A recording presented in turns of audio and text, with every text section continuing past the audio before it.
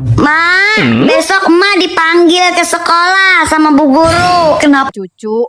Nenek nggak nyangka video yang nenek buat sejelek ini. Buktinya tidak satu pun yang subscribe. Apalagi dipanggil ke sekolah, Nur.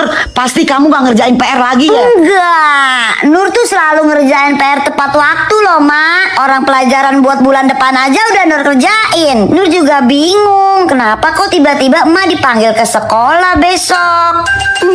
Kenapa ya? Jadi ceritanya gini, Mak. Tadi di sekolah pas les IPA, ibu guru nanya kayak gini.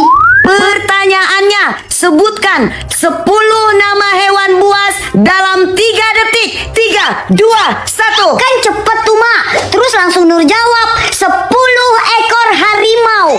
Terus ibu guru nanya lagi begini. Soal 2, kenapa ayam berkokok matanya merem? Nur jawab karena dia udah apal. No.